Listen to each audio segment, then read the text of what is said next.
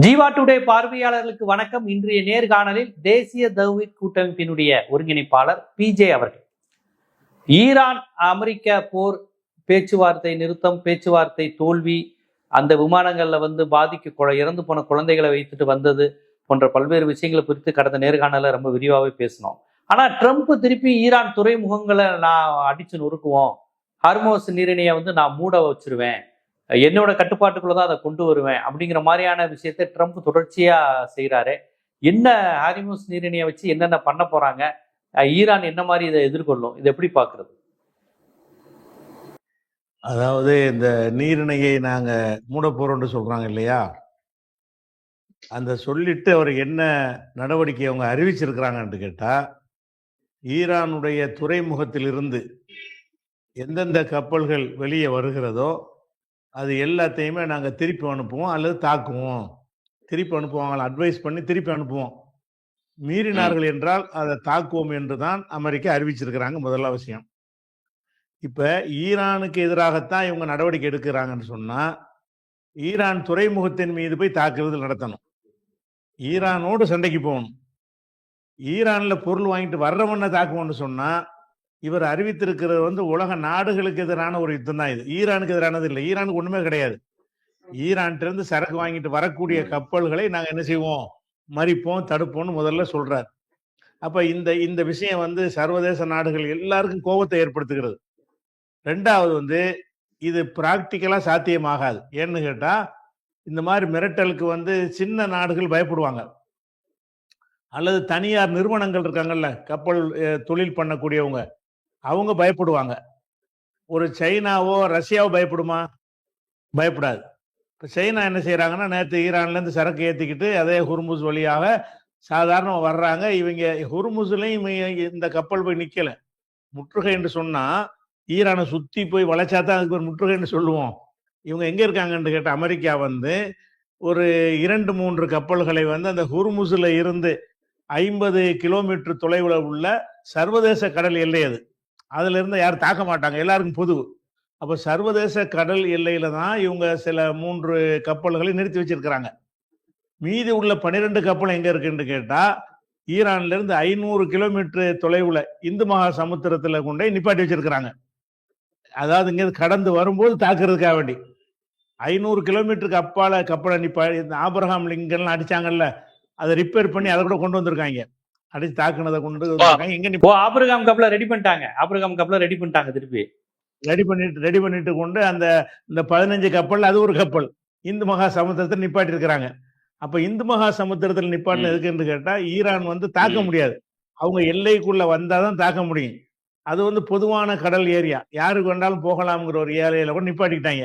அப்ப இவர்கள் முற்றுகை என்று சொல்லக்கூடியவர்கள் நிஜமாக ஈரானோட அவங்க சண்டை போட நினைத்தார்கள் என்று சொன்னால், ஈரானுக்கு சொந்தமான கடல் எல்லைக்குள்ள அவங்க போகணும். போனது அவங்க தாக்குவாங்க.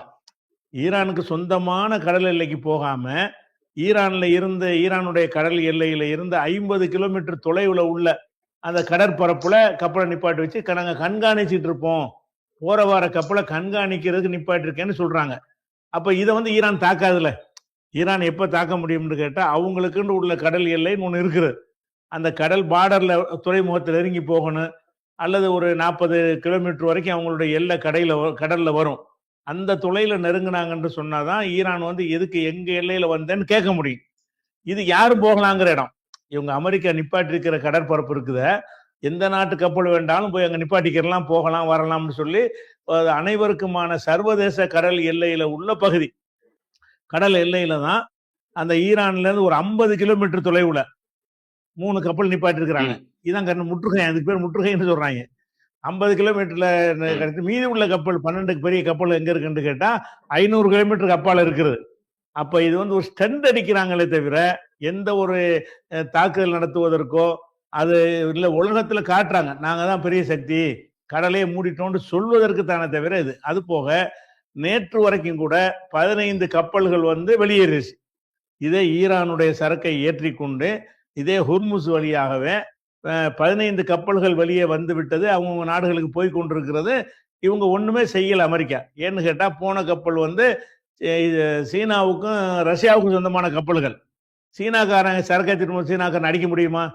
சீனாவுடைய கப்பல் வந்து துறைமுகத்திலிருந்து ஈரான்ல இருந்து சரக்கை ஏற்றி கொண்டு போனால் அதை போய் ஈரான் வந்து சீனாவுடைய கப்பலை தாக்கினார்கள். ஏன்னா சண்டை ஈரானுக்கு அமெரிக்காவுக்கும் ஆயிரும். அதனால என்ன ஆமா. செய்யறாங்க, பார்த்துக்கிட்டு வேடிக்கை பார்த்துட்டு இருக்காங்க. சின்ன வியாபாரிகள் வர்த்தகமா செய்யறாங்கல்ல, கப்பலை வியாபாரமா பண்றாங்கல்ல, ம். அந்த மாதிரியான நிறுவனங்கள் வந்து போகாம பயந்துக்கிட்டு நிக்கிறாங்க. மன ரீதியான ஒரு பயத்தினால் என்ன செய்யறாங்க, போனா தாக்குவாங்க என்ற காரணத்தினால் சில கப்பல்கள், அதாவது தனியாருக்கு சொந்தமான வியாபார அடிப்படையில் இயங்குறவன் வந்து லாப நஷ்டத்தை பார்ப்பான். இவன் இல்ல, சும்மா ஹவுதிகள் எச்சரிச்சா கூட போக மாட்டான். தங்களுடைய கப்பலை ஹவுதிகள் ஈரானுக்கு சப்போர்ட்டா தானே இருப்பாங்க. ஹவுதிகள் சப்போர்ட்டா இருக்கிறாங்க. இல்ல எந்த ஒரு நாடாவது இந்த கப்பலை தாக்குவோம்னு அறிவிச்சான்னு சொன்னா வியாபாரி என்ன செய்வான், அவன் வந்து எதிர்த்துல நிக்க மாட்டான். நம்ம கப்பலை காப்பாத்திக்கிறோம்னு சொல்லி ஓரமா ஒதுக்கிடுவான், ரிட்டர்ன் ஆகி போயிடுவான். அந்த மாதிரி சில கப்பல்கள் வந்து ரிட்டர்ன் ஆகி போயிட்டாங்க. அதாவது வியாபார அடிப்படையில் தனியாருக்கு சொந்தமான கப்பல்கள் வரல. ஆனால் நாடுகளுக்கு சொந்தமான கப்பல்லாம் வந்துகிட்டே இருக்குது. நாடுகளுக்கு சொந்தமான கப்பல்களை வந்து தடுத்தான் என்று சொன்னால் அந்த நாட்டோட சண்டை பிடிக்கிற மாதிரி வந்துருங்கிறதுனால அவன் தடுக்கவே இல்லை. ஆனா படம் காட்டுறான், உலகத்துக்கு என்ன செய்யறான், அந்த ஈரானை முற்றுகையிட்டோம். அவன் கேட்கறான், ஈரானை முற்றுகையிடுவதா இருந்தா கிட்டவா மூழ்கடிச்சிருவோங்கிறாங்க. எங்களுடைய கடல் எல்லைக்குள்ள நீ வருவாயானால் உன்னுடைய எல்லா கப்பலையும் மூழ்கடிப்போங்கிறாங்க.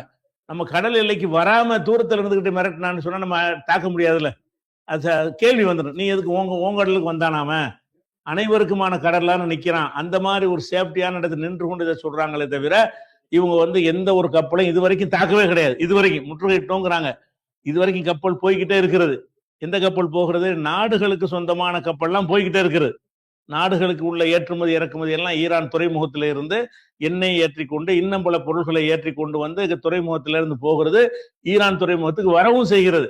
வர்ற கப்பலையும் இவங்க தடுக்கல, பார்த்துக்கிட்டு தான் இருக்கிறாங்க. 50 கிலோமீட்டர் தொலைவில் இருந்து கொண்டு பார்த்து கொண்டிருக்கிறார்களே தவிர அதை போய் தடுக்கவோ தாக்கவோ செய்யல. அப்ப இந்த தடுக்குதல் தாக்குதல்ங்கிற இந்த அறிவிப்பு வந்து ஒரு மிரட்டலுக்கு சொல்லுவாங்கல்ல, வெத்து மிரட்டல். அந்த வெத்து மிரட்டலுக்காக வேண்டி மீடியாவில் அதை பத்தி பேசுவாங்கல்ல, அமெரிக்கா முற்றுகையிட்டது, இதோ தாக்க போகிறது, சுத்தி வளைத்தது அப்படின்னு பில்டப் கொடுத்து போடுவாங்கல்ல, அதுக்காகத்தான் இதை அறிவிச்சிருக்காங்க என்பது விளைவிக்கணும். அதனால இந்த முற்றுகை என்பது வந்து சாத்தியமே கிடையாது. நீ ஈரான் மேல நீ முற்றுகையிடுவதாக இருந்தால் ஈரான் துறைமுகத்து கிட்ட போ, அதை முற்றுகையிடு. ஈரானுடைய துறைமுகத்தை முற்றுகையிட்டாயானால் அவன் அவன் எப்படி ஃபேஸ் பண்ணுவாங்கிறது பாத்துக்கலாம். அவன் கிட்டையே போகாம ஒரு 100 கிலோமீட்டருக்கு அப்பால் உன்னை அடிப்பேன்னு சொன்னா எப்படி இருக்கும்? ஒரு ஆளை அடிக்கிறாங்கிறான், அவன் 100 கிலோமீட்டர் அப்பால் நிக்கிறான், உன்னை அடிப்பேன்னா அவன் பயப்படுவானா? அப்ப அவன் என்ன செய்யறாங்கன்னா, இது வந்து ஹுர்முஸ் நீரிணை என்பது வந்து அது வந்து முகநூல் கிடையாது முடக்கிறதுக்குன்னு அவங்க கிண்டல் அடிச்சிருக்கான் ஈரான்.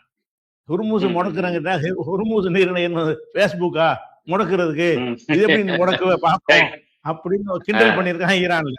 அதனால வந்து இந்த விஷயத்துல இவங்க தோல்விதான் அடைகிறாங்க. தோல்வி அடைஞ்சதுக்கு என்னன்னு கேட்டா, இப்ப இன்னைக்கு பேசியிருக்காரு ட்ரம்ப். என்ன சொல்றாருன்னு கேட்டா, இன்னொரு 48 மணி நேரத்துல ஒரு நல்ல செய்தி வரும். என்ன நல்ல செய்தி வரும்னு கேட்டா, பாகிஸ்தான் மூலமாக முயற்சி நடக்குது, மறுபடியும் சமாதானத்துக்கு போறாங்க. அதாவது நம்ம இந்த ஸ்டண்டை பண்ணிக்கிட்ட மறுபடி பேச்சுவார்த்தைக்கு ஏற்பாடு பண்ணி ஜெனீவாவில வச்சு பேச மாட்டோம், பாகிஸ்தான்ல வச்சு பேசுவோம். அதாவது ஐக்கிய நாடு சபையை நம்ப மாட்டோங்கிறாரு. ஜெனீவாவில் எந்த பேச்சும் கிடையாது, பாகிஸ்தானை வைத்து நாங்க பேச்சுவார்த்தை நடத்திட்டு இருக்கோம், மகிழ்ச்சியான செய்தி கிடைக்கும்டா என்ன அர்த்தம்? அப்ப இந்த முற்றுகையெல்லாம் விலகிட்டு நாங்க திரும்பி போயிடுறோம், பழையபடி பேச்சுவார்த்தை நடத்துவோம் அப்படின்னு சொல்லி பாகிஸ்தான் மூலமாக பேச்சுவார்த்தை நடக்குதுங்கிறத பகிரங்கமா இன்னைக்கு சொல்றாரு. ஒரு நேரத்துக்கு பேச்சுவார்த்தை கிடையாதுங்கிறாரு, ஒரு நேரத்துக்கு முற்றாக அழிச்சிருவேங்கிறாரு, ஒரு நேரத்துக்கு வந்து நல்ல செய்தி வரப்போகுதுங்கிறாரு. அப்ப அதனால வந்து ஒரு ஒரு பைத்தியம் முடிச்சுதான் இருக்கிறார், நல்லா விளங்குறது. ஒரு மனநிலை பாதிக்கப்பட்ட நிலையில் தான் அவருடைய பேச்சுக்கள்லாம் இருக்கிறது. அதனால இந்த முற்றுகை என்பதுல வந்து முழு தோல்வி அடைஞ்சிருக்கிறாங்க. இன்னைக்கு கப்பல் போயிட்டே இருக்குது. சில கப்பல் போகாம இருக்குதானா போகாம இருக்கிறது. அவங்கெல்லாம் யாருன்னு கேட்டா தனியார்கள். அவங்க வந்து பயப்படக்கூடியவர்கள். வர்த்தகமா நடத்தக்கூடிய கப்பல்கள் வந்து பயப்படுவாங்க. யாரு முற்றுகைன்னு அறிவிச்சாலும் பயப்படுவாங்க. அந்த மாதிரியானதை நிப்பாட்டி வைத்துக் கொண்டு மோதுறது சக்தி வாய்ந்த அரசாங்கத்திட்ட மோத மாட்டேங்கிறாரு. சாதாரண வியாபாரிகள்ட்ட தான் எச்சரிக்கை பண்றாரு. மிரட்டெல்லாம் யாருக்கு உதவும்னு சொன்னா, சின்ன சின்ன வர்த்தகத்துக்கு வாடகைக்கு போடுறாங்கல்ல கப்பல், அவங்க என்ன செய்வாங்கன்னா, இது அமெரிக்கா தாக்குவாங்கிறான், நம்ம எதுக்கு அந்த பக்கம் தேவையில்லாம வம்பு உலக போகணும், நம்ம வாட்டுக்கு நம்ம இடத்துல நின்றுக்குருவோம் அல்லது வந்த வழியை திரும்பிடுவோம் அப்படிங்கிற ஒரு மனநிலையில சில பேர் போகாம இருந்தாங்களே தவிர, அமெரிக்கா தாக்கி தடுத்து அழித்து எந்த ஒன்றும் நடக்கவே இல்லை. எந்த ஒரு கப்பலையும் அமெரிக்கா தாக்கவில்லை, தடுக்கவில்லை, அழிக்கவில்லை, சண்டை நடக்கவில்லை. ஆனா கப்பல் போயிட்டே இருக்கிறது.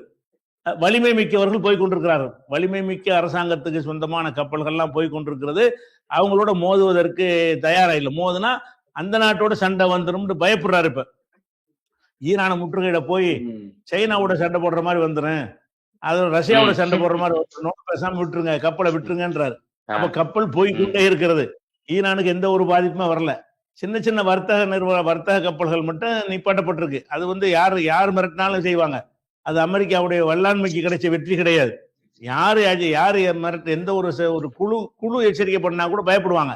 அந்த ஒரு இதை தனக்கு சாதகமா பயன்படுத்துறாங்க. இதான் யதார்த்தமான நிலைமை. இப்ப மறுபடி பேச்சுவார்த்தைக்கு இவர் இறங்குறாரு. அவர் வரையே இல்லை, அவருக்கு சண்டையும் போட முடியல, சண்டை போடுறதுக்கு சக்தி இல்லை. இந்த போர் நிறுத்தம் 14 நாள் போட்டார்ல, அது இன்னைக்கு நீடிக்கிறது.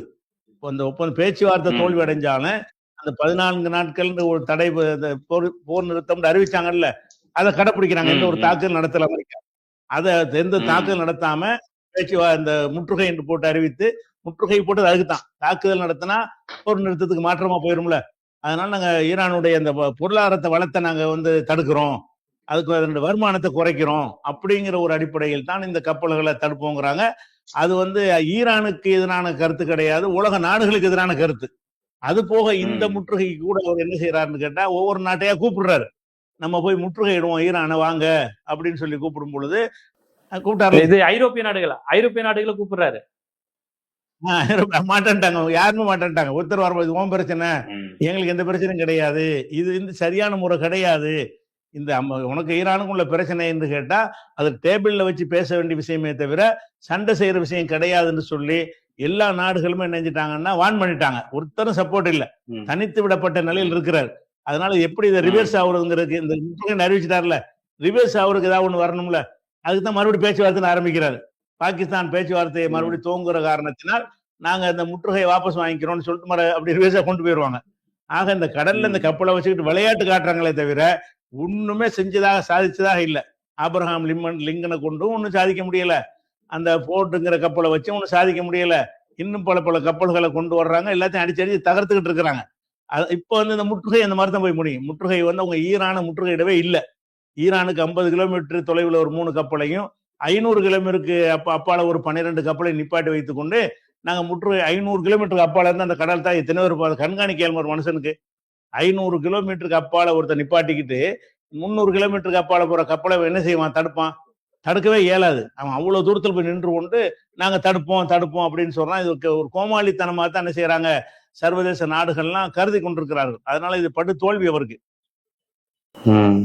இப்ப அமெரிக்காவுக்கு ஆதரவா எந்த நாடுதான் இருக்கு? ஐரோப்பிய நாடுகள் இல்ல, ரஷ்யா, சீனா போன்ற நாடுகள் இருக்காது, கொரியா கண்டிப்பா இருக்காது, ஈராக்ல இருந்த நேட்டோ படைகளும் போயிருச்சு. இப்ப யாருதான் இருக்கா அமெரிக்காவுக்கு இப்ப சப்போர்ட்டா? அமெரிக்காவுக்கு சப்போர்ட்டா உள்ள நாடுகள்னு ஒரு கணக்கு எடுத்துக்கிட்டீங்கன்னா ஆஸ்திரேலியா எப்பவும் சப்போர்ட்டா இருக்கும், அவங்களும் மாட்டேன்ட்டாங்க.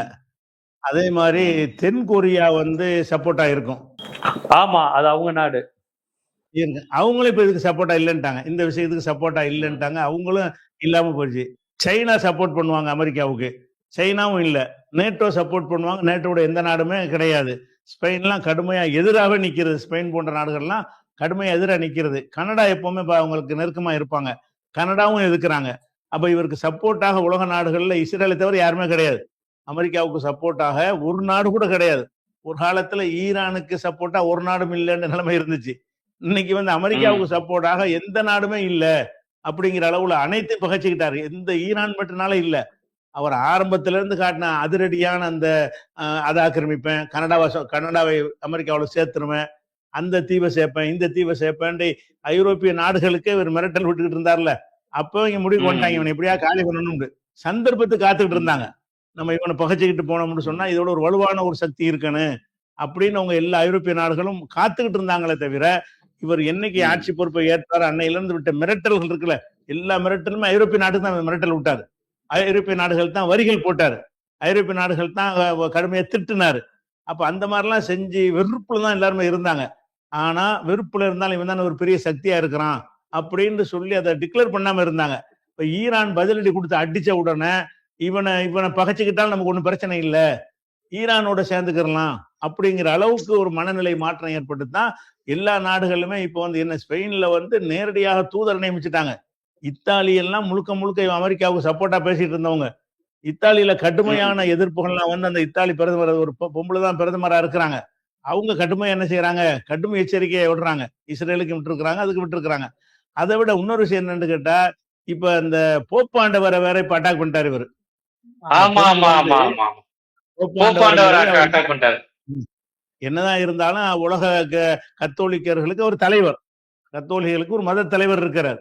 மத தலைவருக்குன்னு ஒரு மரியாதை இருக்கு. அந்த மரியாதையை கொடுக்கணும். அவர் என்ன சொன்னார்னு கேட்டா, இந்த போர்ல வந்து அமெரிக்கா வெற்றி அடைவதற்கு எல்லாரும் இயேசு விட்ட பிரார்த்தனை பண்ணுங்கன்றாரு ட்ரம்ப் சொன்னாரு. அதுக்கு போப்பாண்டவர் என்ன செஞ்சாருன்னு கேட்டா, இந்த மாதிரி விஷயத்துக்கு நீ இயேசுவை இழுக்காத, கர்த்தர் இதுக்கெல்லாம் துணை செய்ய மாட்டாரு, நீ வந்து அநியாயமா போற செஞ்சுக்கிட்டு கர்த்தர்ட்ட பிரார்த்தனை பண்றேன்னு கேட்டா, அது மாதிரி கடுமையா எச்சரிக்கை பண்ணிட்டாரு. அந்த கடுப்புல நீ போப்புக்க தகுதி இல்லாத ஒரு ஆளு, நான் நினைச்சேன்டா உன்னை நீக்கிருவேன், உன்னை கூட மாத்திருவேன் அப்படின்னு சொல்லி போப்பாண்டவரை கடுமையா அப்படி திட்டின உடனே, அப்ப உலக கிறிஸ்தவர்கள்லாம் இத்தாலிக்கெல்லாம் கடும் கோவம் தான். ஏன்னா இத்தாலி கண்ட்ரோல்ல தான் அவன் போப்பு இருப்பாரு. இந்த வாட்டிகன் இருக்குல்ல, வாட்டிகன்ங்கிறது அந்த இத்தாலியில இருந்து ஒதுக்கி கொடுத்த ஒரு பகுதி தான். தனி நாடாக இருந்தாலும் ரோம்ல தான் அது இருக்குது, இத்தாலியில தான் இருக்குது. அவங்களுடைய செலவு எல்லாத்தையுமே இத்தாலி தான் பாத்துக்கிடுவாங்க. அப்ப போப்பாண்டவரை எதிர்த்த உடனே என்ன ஆகுதுன்றா, இத்தாலிக்கு கடுமையான கோபம். அவங்களும் கடுமையான முறையில எதிர்வினை ஆற்றிருக்காங்க. நீ போப்ப எப்படி நீ வந்து இந்த மாதிரி சொல்ல போச்சு, அவரான மதத்துக்கு அவர் அரசியல்வாதி கிடையாது, அவர் ஒரு மத தலைவர், அவர் இந்த மாதிரி இழிவாக்கி உன்னை நீக்கி எல்லாத்தையும் நீக்கிடுவேன் பாரு, நான் நினைச்சேன்னா மோடியை நீக்குவேன், நினைச்சேன்னா நவாஸ் நீக்குவேன் பாரு, அந்த மாதிரி போப்பை நீக்கிடுவேன்ட்டாரு. நீ போப்பா நீ இருக்க முடியாது அப்படின்னு சொல்லிட்டாரு. அப்ப அதுல வர கடுமையான எதிர்ப்பாயிடுச்சு. அது பத்தா என்ன செய்யறாரு, போப்பாண்டவர் ஈரான் ஆதரவு தான். போப்பாண்டவர் ஈரான் ஆதரவு. ஆமா, ஈரான் ஆதரவு. இந்த அவர் ஈரான் ஆதரவுங்கிறத விட போர் வேணாங்கிறவர். அவர் என்ன செய்யறாரு, எதுக்கு போர், எதுக்கு பேச, எதா இருந்தாலும் பேசி தீர்த்துக்கு எதுக்கு போர் செய்யற அப்படின்னு சொல்லி இஸ்ரேல் காசா விஷயத்திலே ஒரு தெளிவா சொன்னாரு. சொன்னாரு, சண்டை மூலமா தீர்வு செய்வதை நாங்க ஒத்துக்கிற மாட்டோம் அப்படிங்கிற அவருடைய ஒரே நிலைப்பாடா இருக்குது. ஈரானுக்கு சப்போர்ட்னு கூட கிடையாது. ஈரான் போய் அநியாயமா ஒரு சண்டைக்கு போனாலும் எதிர்ப்பார் அவர். சண்டை எதுக்கு, தேவையில்லாம சண்டை எதுக்கு பண்றீங்க, ரத்தம் எதுக்கு சிந்துறீங்க அப்படிங்கிற ஒரு அடிப்படையில் போப்பை எதிர்த்ததன் மூலமாக கத்தோலிக்க கிறிஸ்தவர்களுடைய எதிர்ப்பையும் சமாளிச்சுக்கிட்டார். அந்த நாட்டில் உள்ள கிறிஸ்தவர்லாம் இருப்பாங்கல்ல, என்னடா நம்ம மத குருவா கருதுறோம், அவரை போய் அரசியல்வாதி மாதிரி திட்டுறான்னு சொல்லி கடும் கோபம். அது பத்தான் என்ன செய்யறாருன்னு கேட்டா, இன்னொரு அவருடைய ட்விட்டர்ல ஒரு இது மாதிரி ஏஐல ஒரு இது தயார் பண்ணி ஒரு படம் ஒன்று வெளியிடுறாரு ட்ரம்ப். என்ன படம்னு சொன்னா, அவரை வந்து இயேசு மாதிரி சித்தரித்து, இயேசுநாதர் மாதிரி, ட்ரம்ப் வந்து இயேசுநாதர் மாதிரி இருந்து அவர் தான் நாட்டை காக்க வந்த ரட்சகருங்கிற மாதிரி காட்டக்கூடிய ஒரு படத்தை வந்து ஏஐ மூலமா ரெடி பண்ணி இயேசுடைய கெட்டப்புல அவரை உட்கார வச்சு செய்யற படத்தை போட்டு விட்டாரு. அதுக்கு கடுமையான நீன்ற இயேசுவோட நீ இப்படி உன்னை கம்பேர் பண்ணுவ, நீ எப்படி இயேசுவாக இருக்க முடியும்னு சொல்லி கடும் எதிர்ப்பு கிறிஸ்துவ சமயங்கள்ல இருந்து வந்திருக்கிறது, எதிர்கட்சிகள்ல வந்திருக்கிறது. அவருடைய இன்னும் சொல்ல போனா ஈரான் இதில் லேச விடல. ஈரான் என்ன செய்யறாருன்னா, இயேசு எங்களுக்கு இறை தூதரை நாங்க மதிக்கிறோம், நீ எப்படி இயேசுவை கவலைப்படுத்த, இவனுக்கு கொளுத்தி போடுறான் ஈரான் காரணம். அப்ப நீ இயேசுவோட உன்னை கம்பேர் பண்ண ஒத்துக்கிற முடியாது, இயேசுலாம் மதிக்கப்பட வேண்டிய ஒரு நல்ல மனிதர், அவர் மாதிரி உன்னை போட்டதை நான் கண்டிக்கிறோம்னு உலகம் பூரா கடுமையான எதிர்ப்பு வந்த உடனே நேத்து நினைஞ்சிட்டாருன்னா அந்த பதிவை இப்பதான் நீக்கியிருக்காரு. அந்த ட்விட்டர்ல போட்ட படத்தை நீக்கிட்டாரு. இப்ப நீக்கிட்டு சரி விளக்கம் சொல்றாரு, நான் வந்து இயேசுவா போடல, ஒரு டாக்டர் மருத்துவராக நான் அது மாதிரி சித்தரிச்சேன், அது தப்பா விளங்கிட்டாங்கன்னு ஒரு வியாக்கியானம். ஒரு டாக்டரா, உலகத்துக்கெல்லாம் சிகிச்சை பண்ண வந்த டாக்டரு, அப்படிதான் அந்த கருத்தை சொல்ல வந்தேன், அது தவறா புரிந்து கொள்ளப்பட்டுச்சுன்னு விளக்கம் சொல்லியிருக்கிறாரு. அப்ப இவருடைய பேச்சினால அவருடைய மதத்தவர்கள் எல்லாம் வெறுக்கிறாங்க, அவருடைய கொள்கையில் உள்ளவங்க எல்லாம் வெறுக்கிறாங்க, அவருடைய நாட்டை சேர்ந்தவங்க எல்லாம் வெறுக்கிறாங்க, கூட நட்போட இருந்த நாடுகள்லாம் வெறுக்கிறாங்க. அமெரிக்காவுக்கு ஒரு நட்போட ஒரு நாடுன்னு சொன்னா பயந்து கொண்டிருக்கக்கூடிய இந்தியாவை தவிர எதுவும் கிடையாது உலகத்துல. இந்தியா ஒண்ணுதான் என்ன செய்யுது, ட்ரம்ப் சொன்ன நீட் இடத்துல கையெழுத்து போடக்கூடியதாக பயந்து நடக்கூடிய ஒரு உலகத்துல மகா கோழை பிரதமர் இருக்கிற நாடு இந்தியா தான். இவர் ஒரு ஆள் தான் அமெரிக்காவுக்கு சப்போர்ட்டா இருக்கிறாருன்னு காட்ட முடியுமே தவிர, உலகத்துல எந்த ஒரு நாட்டையுமே அமெரிக்காவுக்கு சப்போர்ட்னு காட்ட முடியும். எல்லா உலகமே ஒரு பக்கம் நின்றாலும் மோடி மட்டும் ஒரு பக்கம் நிற்பாரு. ஏன்னா அவர் நோக்கம்லாம் என்னன்னு கேட்டா, முஸ்லீம்களை அழிக்கிறவங்க இருந்தான்னா போதும், அது எதா இருந்தாலும் ஆதரிப்பாரு. அந்த ஒரு கோணத்துலதான் இப்ப அமெரிக்காவுக்கு சப்போர்ட். இவர் தான் நீங்க கேட்டீங்கல்ல யார் சப்போர்ட்டா இருப்பாண்டு, இந்தியா மட்டும் சப்போர்ட்டா இருக்கும். சப்போர்ட்டா இருக்கிற மாதிரி காரியங்களும் செய்வார். உலகத்துல எந்த நாடுமே அமெரிக்காவுக்கு சப்போர்ட் இல்ல, இந்தியாவோட சப்போர்ட் யூஸ் ஆகாது அவருக்கு. ஈரான் வந்து இன்னைக்கு ஒரு வல்லரசாக மாறிடுச்சு, அதை மாற்றியது அமெரிக்கா தான் அப்படிங்கறத உங்களுடைய தொடர் நேர்காணல் மூலமாக மக்களுக்கு தெரியப்படுத்துறீங்க.